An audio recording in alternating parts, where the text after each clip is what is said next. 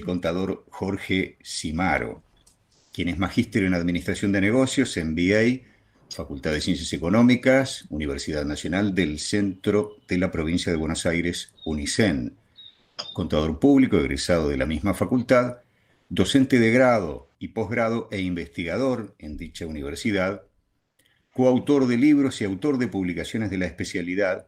Ha recibido 5 premios en las jornadas universitarias de contabilidad, 2 menciones en el área pedagógica y de investigación y mención y premio Dr. Héctor Bértora al mejor trabajo de intangibles y mención del premio Dr. Ostengo, herramientas para la gestión. Jurado en concursos docentes y de evaluación de la carrera académica, jurado de tesis y evaluador de libros. Se ha desempeñado en puestos gerenciales en empresas de Tandil. Actualmente ejerce como profesional independiente. ¿Ya estás lista, Agustina?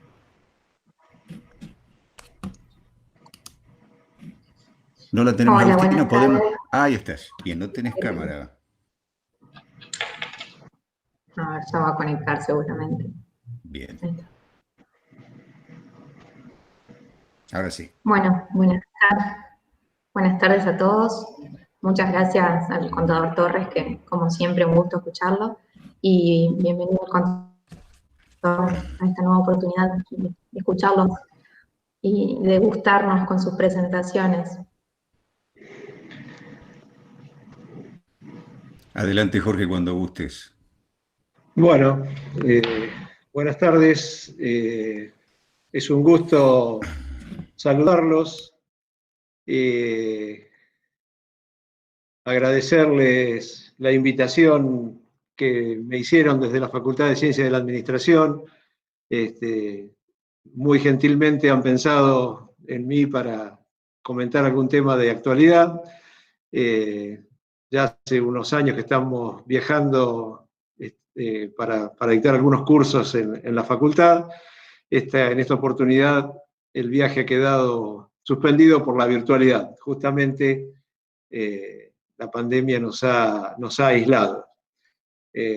Un agradecimiento, repito, muy especial a la gente de la facultad, especialmente a Pastora, con quien hemos entablado una gran amistad, muy generosa de su parte.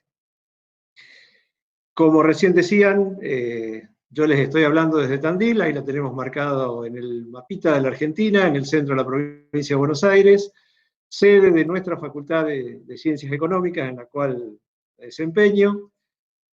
La ciudad de Tandil, como le dicen el eslogan de la ciudad, es Tandil, lugar soñado, soñado por sus paisajes y soñado por sus quesos y salames. Si bien son las 4 y pico de la tarde, nunca estaría de más comerse una buena picadita. Y en la parte, en la foto que está abajo a la derecha, ahí se aprecia una foto de uno de los edificios de nuestra facultad, en el campus universitario, para que cuando esta pandemia termine y tengan ganas de conocer lindos paisajes, de comer lindo, se puedan dar una vueltita por Tandil, que los vamos a estar esperando con gusto. Yendo estrictamente a la presentación, lo que vamos a abordar, lo planteo sintéticamente, sumariamente, vamos a hacer alguna referencia al COVID y, como decía el título de la charla, sus efectos en la contabilidad. Vamos a hablar de hechos posteriores, de empresa en marcha, y nos referiremos a cuestiones particulares, algunas cuestiones referidas a distintos rubros del activo o del pasivo que merecen por ahí destacarse o que hay que tener en cuenta ante esta pandemia, con, lógicamente, su implicancia en los resultados de la empresa. Así que, bueno, vamos a hablar de hacer un barrido muy rápido por cada uno de esos componentes patrimoniales y sus efectos en resultados. El COVID-19 creo que lo conocemos todos, o sea, estamos todos sometidos a sus consecuencias. Esto se arranca hacia fines del año pasado en China y finalmente la Organización Mundial de la Salud declara la pandemia el 11 de marzo de este año.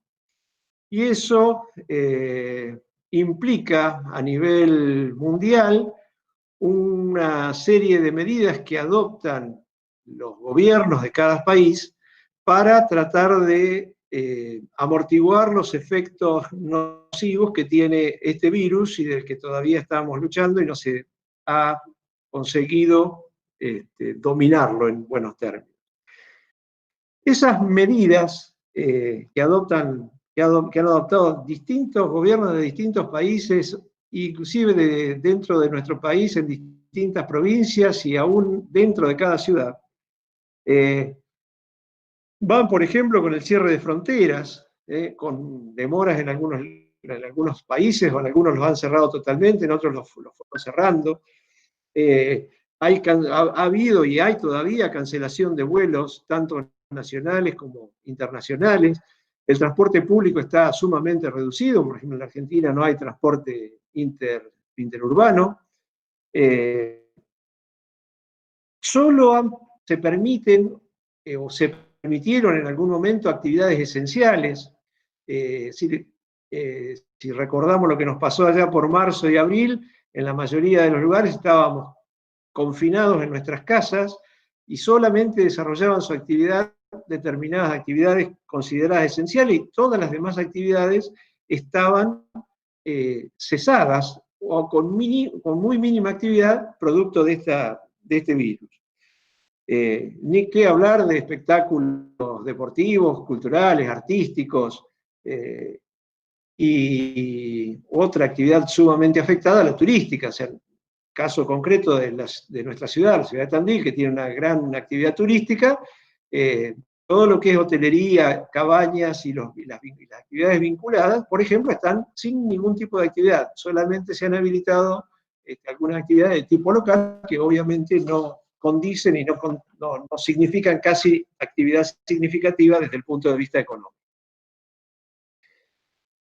Esta pandemia o esta situación produce efectos en la contabilidad que quizás no son no contemplados, sino que lo que generan es la aplicación precisamente de algunas cuestiones que podríamos decir las teníamos no olvidadas, pero decir, ¿y esto cuándo se me va a dar? ¿En qué circunstancia voy a tener que mirar determinadas cuestiones que ahora justamente tenemos que mirar cuando preparamos información contable? Uno de esos temas son los hechos posteriores al cierre del ejercicio económico. Lo sabíamos por doctrina y por normativa, que los hechos posteriores al cierre del ejercicio económico se referían o podían hacer referencia a hechos que confirmaban una situación que estaba al cierre del ejercicio económico y sucedía antes de la presentación de la información contable. Ese suceso confirmaba algo que ya estaba visto, lo que ayudaba era a mejorar la información, la calidad de la información que se iba a suministrar. Pero también podía haber hechos nuevos que fuera prudente informarlos por los efectos que pudiera tener, más allá de que al cierre o la fecha de presentación de los estados contables, esos hechos no eran conocidos. Y por lo tanto no se puede expresar el impacto que ello provoca en los estados contables. Aquí, cuando apareció el tema de la pandemia, lo que se hizo fue una separación entre los cierres anteriores al 11 de marzo y los cierres posteriores. O sea, se habló de los cierres diciembre, enero y febrero, y después se pensó para los cierres posteriores a la declaración de la pandemia. A decir verdad, el análisis de hechos posteriores no fue exclusivo, no es exclusivo de esos cierres de los periodos anteriores, porque justamente tenemos que seguir evaluando esta situación, estos hechos nuevos que pueden suceder. Nosotros en nuestra ciudad tenemos un sistema de advertencia, de fases o de semáforos, como se le llama localmente, que implica que en determinadas semanas hay determinada actividad habilitada y si las condiciones se dan, se cambia a otra situación o a otra fase. Eso puede implicar que una empresa que esté en determinadas condiciones a una fecha de cierre determinada, luego suceda alguna situación nueva y que le altere. Si lo pensamos, por ejemplo, en lo que está pasando en Europa, está sucediendo ahora lo que se llama la segunda ola, o sea, el rebrote. Ellos tuvieron un pico de crecimiento, después les decreció cuando empezó el verano, y ahora al fin del verano otra vez está empezando a repuntar. Entonces, bueno, no por eso hay que dejar de analizar los hechos posteriores al cierre para informarlos. Repito, si son hechos nuevos, como nota a los estados contables o como información adicional, y si son hechos confirmatorios, para mejorar las mediciones. No es algo que no se conociera, obviamente siempre que se prepara información contable hay que tener en cuenta estos hechos posteriores, pero bueno, acá tenemos un claro ejemplo de aplicación que tenemos a la vista. Otro tema, y que los que somos docentes a veces cuesta explicárselo a los alumnos y sobre todo en los primeros años, es el famoso concepto de la empresa en marcha, que dice que toda la información que se prepara justamente son para empresas en marcha, para empresas que tienen una proyección hacia el futuro, una continuidad, que su objetivo no es liquidarse y disolverse. Concretamente, ese es el concepto de empresa en marcha.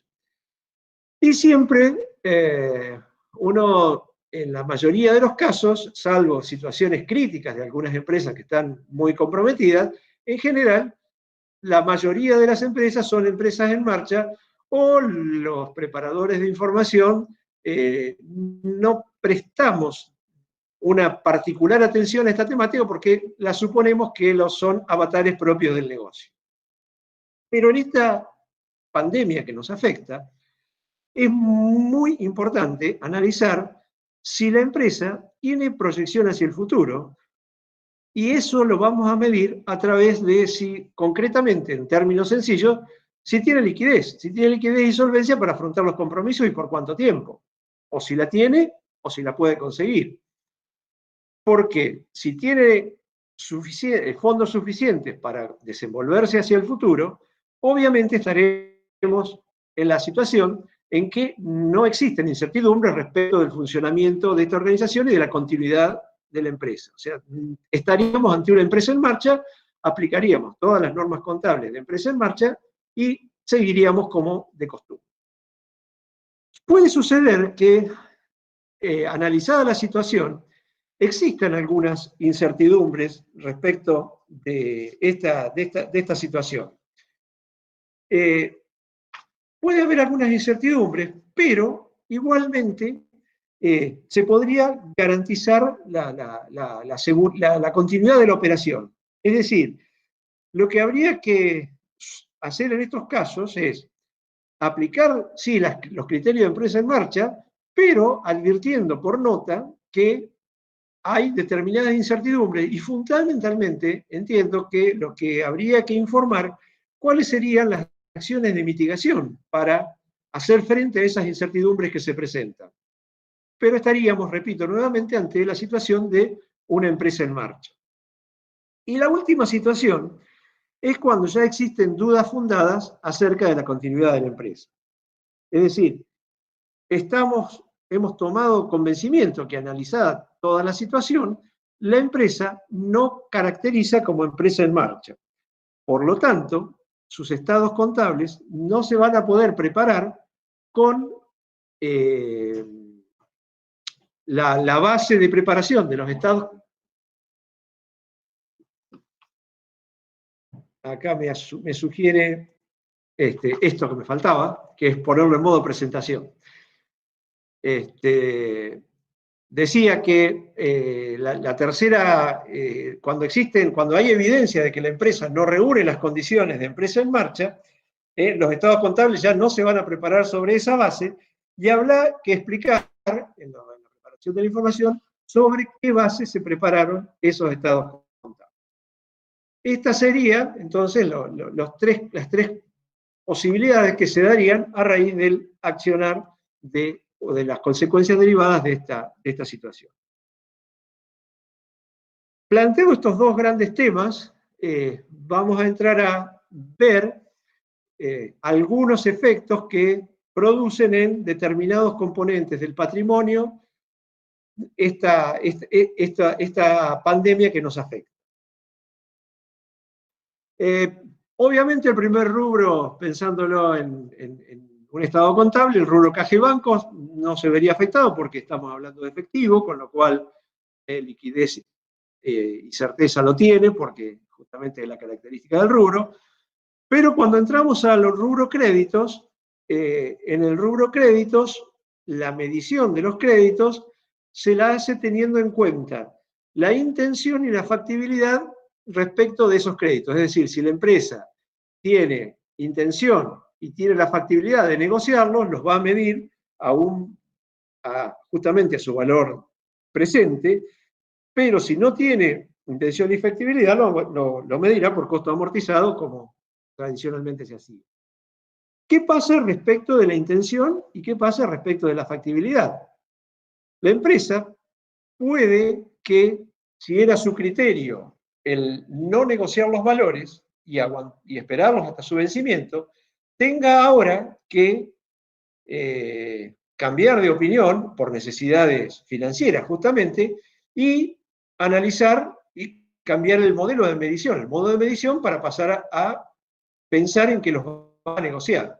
Y la otra condición, la de la factibilidad, va a estar dada por la capacidad justamente que tenga de crédito y que le otorguen las entidades en las cuales va a negociar esa situación y que puede también haber cambiado. O sea, aún siendo una empresa que opere con descuento de valores, con venta de valores, la actual circunstancia puede hacer que las entidades financieras retraigan el crédito, disminuyan los niveles de otorgamiento de crédito, y eso haría que habría que evaluarlo muy seriamente para ver efectivamente entonces cuál es el valor o cuál es el modo de evaluarlo de esos créditos. Una cuestión que también influye en los créditos son las incobrabilidades. Los que enseñamos contabilidad decimos que uno de los modos de calcular las incobrabilidades es teniendo en cuenta el comportamiento histórico de las incobrabilidades respecto de las cuentas a cobrar al cierre o de las ventas a crédito del ejercicio, según sea el caso. Y siempre decimos algo, siempre y cuando las condiciones en las que opere se mantengan. Justamente, el COVID-19 ha hecho que muchas de las actividades cesen, que la cadena de pago se haya visto alterada notoriamente, que las condiciones habituales de operación no son las mismas, por lo cual aplicar coeficientes de incobrabilidad vinculado con situaciones pasadas no nos estaría dando la mejor manera de evaluar los créditos incobrables o de estimar los créditos incobrables. Y eso, efectivamente, lo tendremos que tener en cuenta al momento de preparar la información contable. Es decir, se han dado nuevas condiciones, tanto en el modo de medir los créditos como en el modo de estimar las incobrabilidades. Respecto de los bienes de cambio, es obvio que las ceses de actividades o la caída significativa de las ventas ha implicado una baja en los niveles de rotación de los inventarios y un aumento en el stock o una inmovilización mayor a la habitual, lo cual tiene sus consecuencias tanto al momento de medirlos como al momento de su exposición. Habrá que prestar atención si está con mucha cantidad de stock y caídas significativas en las ventas o cese de ventas, si ese stock va a estar disponible, va a ser convertible en dinero en los próximos 12 meses o no hay certeza al respecto y deberá ser expuesto como un activo no corriente. Y respecto del valor de la evaluación, también hay que tener muy en cuenta en este caso que producto de esta baja en las ventas, muchas empresas pueden haber decidido vender debajo de los valores habituales de venta, en pos de justamente recuperar efectivo y hacerse del disponible para cubrir el resto de los compromisos. En cuyo caso, el valor límite, el valor recuperable, habrá que también prestarle atención para que no queden expuestos estados contables con un valor que finalmente la empresa no está segura de recuperar. Y respecto de la formación del costo de los bienes de cambio en las empresas que tienen actividad industrial, hay que prestarle atención y tener presente que los costos de inactividad de planta no son costos que deban ser cargados al costo de producción, sino que son costos atribuibles al ejercicio.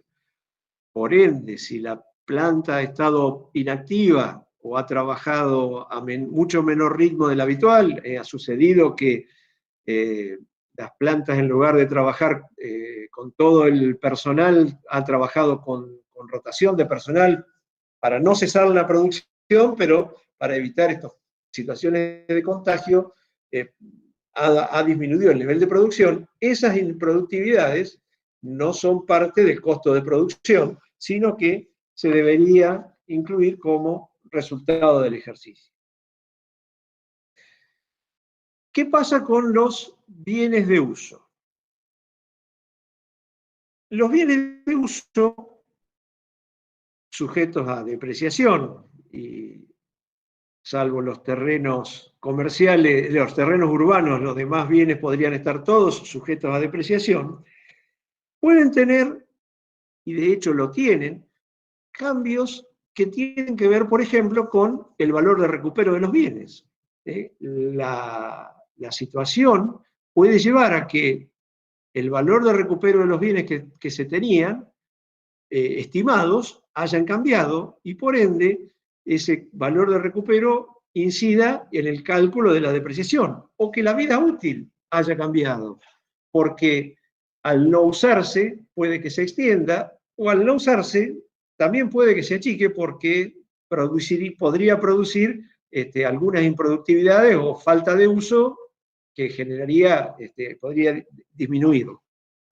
Inclusive puede pensarse, y es muy factible que así suceda, que se cambie y que en lugar de pensar una depreciación en línea recta, se empiece a pensar o se utilice una depreciación creciente en función de la intensidad de uso, justamente para atenuar estas improductividades o estas paradas de producción que nos permitiría, si lo hacemos en función de la intensidad de producción, recalcular la depreciación por unidades de producción y atemperaríamos lo que serían las ineficiencia o improductividades de la amortización por línea recta. Y respecto de estos bienes, otra cuestión a considerar, porque tiene su incidencia y puede ser muy importante, es qué pasa cuando la empresa está parada, no ha tenido actividad y se reabre. Ahí va a haber costos de acondicionamiento, de puesta en funcionamiento nuevamente, de puesta en marcha. Se van a generar una serie de gastos adicionales que habrá que tenerlos en cuenta al momento de determinar los resultados del ejercicio. Y pueden ser costos significativos. E inclusive, esta inactividad puede llevarnos a cuestiones de obsolescencia. Yo refería recién que podía haber bienes que por el hecho de estar activos tienen un determinado, conservan un nivel de producción, pero en caso de parar ese nivel de producción por el cese de actividades, el retomarlo puede que, por ser tecnológicamente desactualizado, genere algún tipo de obsolescencia adicional. O sea, cuando todo viene andando, anda todo bien, pero cuando para y hay que volver a arrancar, se podrían generar costos adicionales. Lo que decíamos recién, los costos de la inactividad, cuando nos referíamos a los bienes de cambio, no deben ser incorporados como costo de la producción.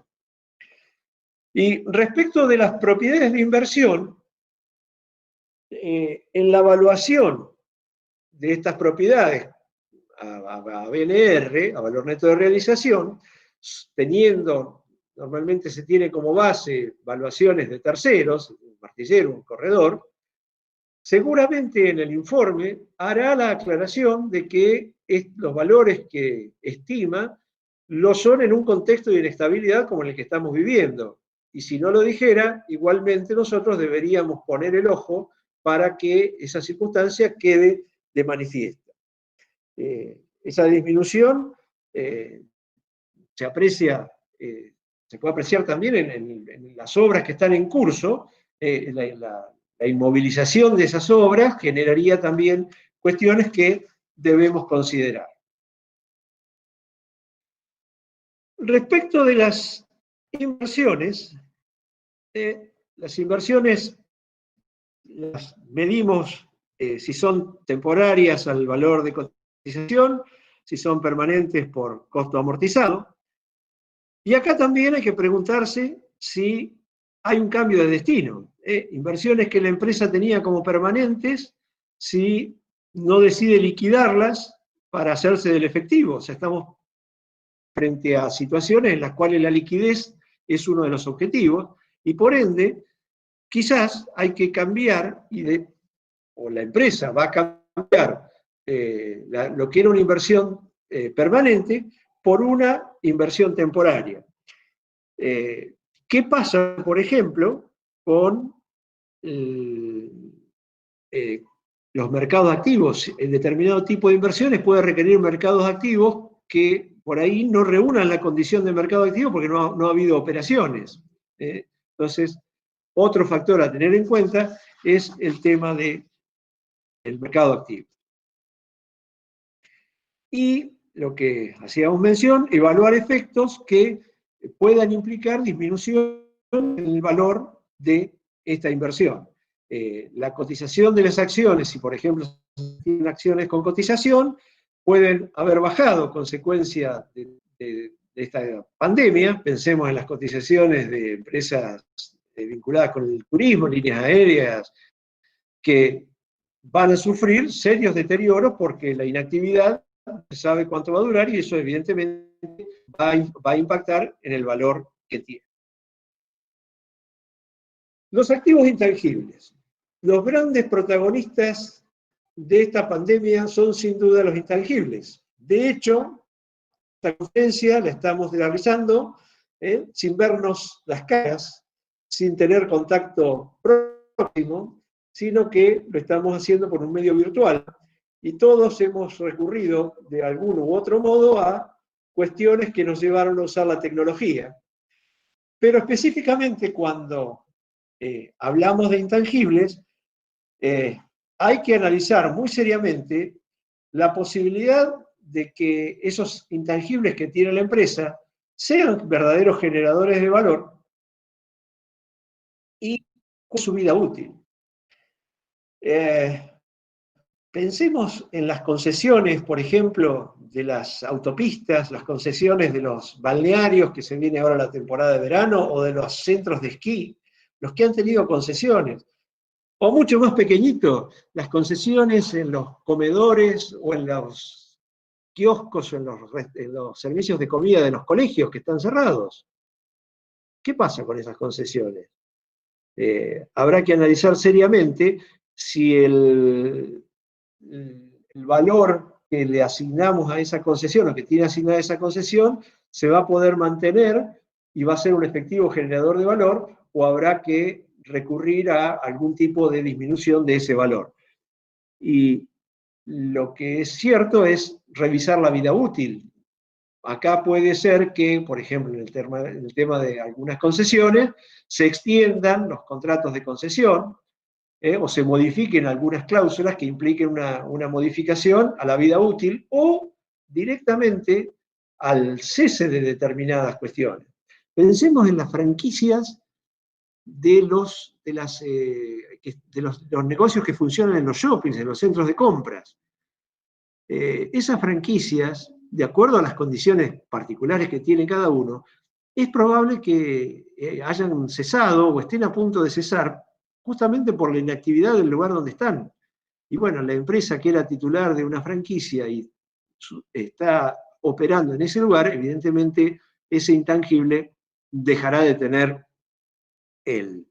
la significancia o la relevancia que tenía y por ahí dejará hasta de ser un activo. ¿Qué pasa con el valor llave? Aquí también hay que pensar lo mismo. El valor llave puede, según las normas contables, tener vida útil limitada o una vida útil indefinida. La norma contable pide específicamente que se revise al final de cada periodo la vigencia de la vida útil indefinida.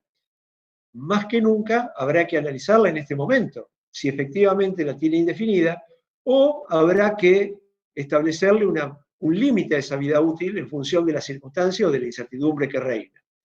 Y aquella llave que tenga ya asignada una vida útil, quizás haya que pensar en acortarla, en disminuirla o en extenderla, porque por ahí se espera que sea que se extienda más hacia el futuro, sea necesario mayor cantidad de tiempo de la vigencia de ese valor llave. Las circunstancias de cada empresa decidirá qué es lo que podemos hacer. Bueno, una mención a los arrendamientos financieros.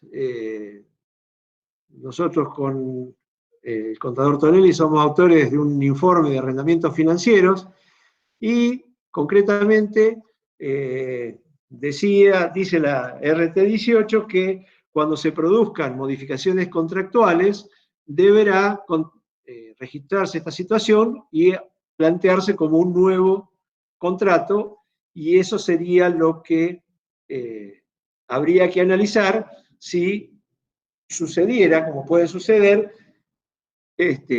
aplazamiento de los pagos, o sea, corrimiento de los vencimientos, o que el arrendador acepte pagos inferiores a los convenidos, o cualquier otra liberalidad que se produzca y que modifique las condiciones originales de contratación, deberían ser consideradas. Si esas modificaciones son sustantivas, son materiales, habrá que, bueno, registrar la baja del contrato anterior y considerar un nuevo contrato con las condiciones nuevas. Inclusive hasta puede haber situaciones en las cuales efectivamente se reformulen los contratos de arrendamiento financiero, típico el de leasing, pero cualquier otro arrendamiento financiero, si se han modificado los contratos, naturalmente habrá que estudiarlo y dar de baja el contrato anterior y registrar el nuevo.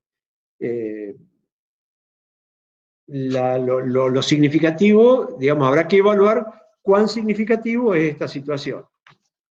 En las normas internacionales la situación es distinta, pero bueno, no viene al tema.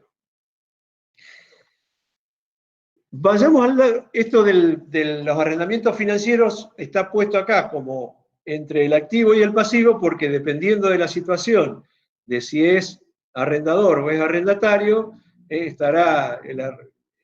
tendrá incidencia en uno o en otro sector, o en ambos en definitiva, pero la preponderancia va a estar en quién tiene el uso y goce del bien, y el reconocimiento del pasivo consecuente en el arrendatario y el arrendador, que tiene el derecho a percibir los cánones o las cuotas, las cuotas que han acordado en el contrato. Específicamente entrando al pasivo, aquí sucede, lo estamos viendo cotidianamente, que hay refinanciaciones y hay que prestarle especial atención, refinanciaciones que pueden ser o con el sistema financiero o con proveedores, llegado el caso. Analizar especialmente los pasivos comerciales. Aquí puede haber contratos onerosos en los cuales el incumplimiento de determinada, por ejemplo, no cumplir una cuota de compra mínima, podría generar la obligación igualmente de hacer frente a esa obligación o a una multa que se haya acordado.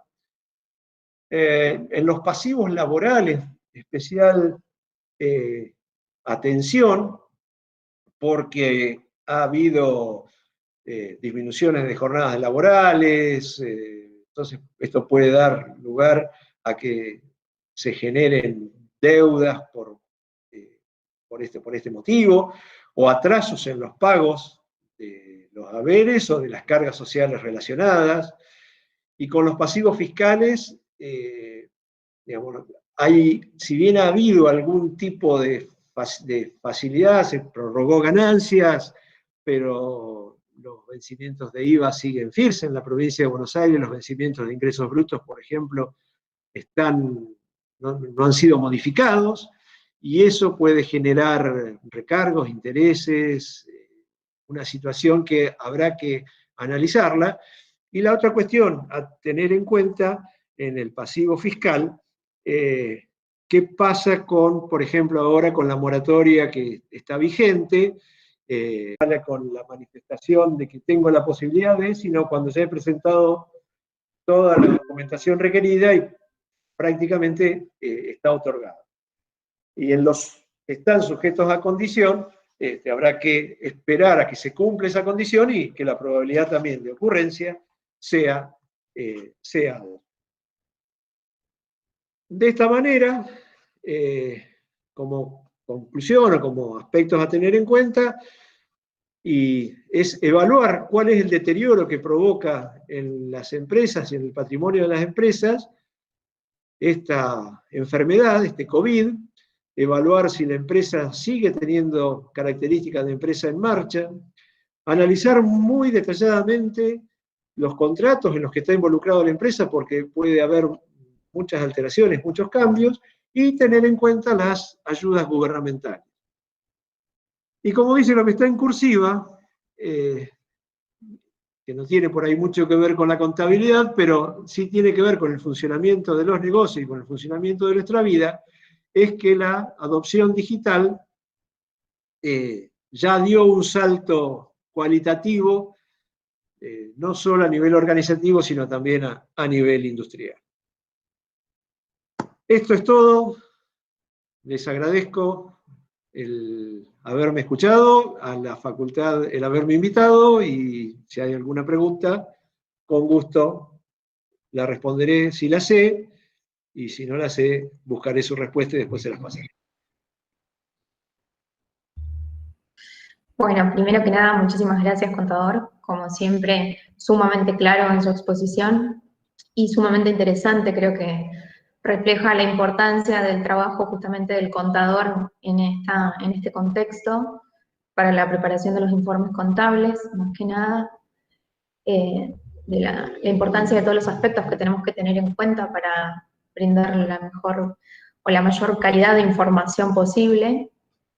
Y bueno, algunas consultas que enviaron al WhatsApp y al chat, una refiere a respecto de las incobrabilidades de los créditos, si deberíamos analizar crédito por crédito o qué criterio deberíamos adoptar para el análisis de las incobrabilidades.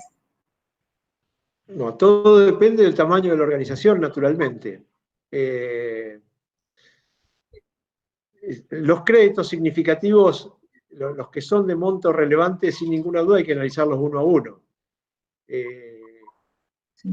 No me cabe ninguna duda, no me arriesgaría. Yo siempre pongo el ejemplo de una gran empresa que tiene miles o millones de clientes.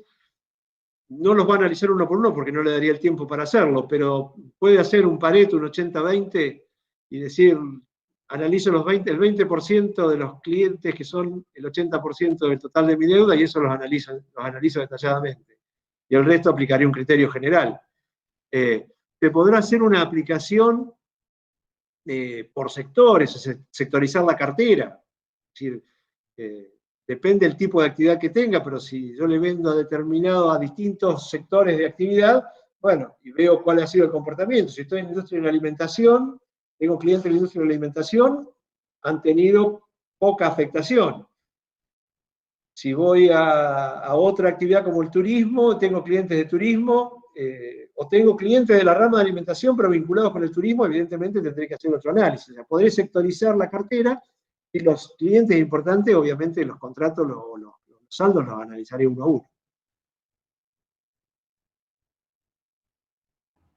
Bien.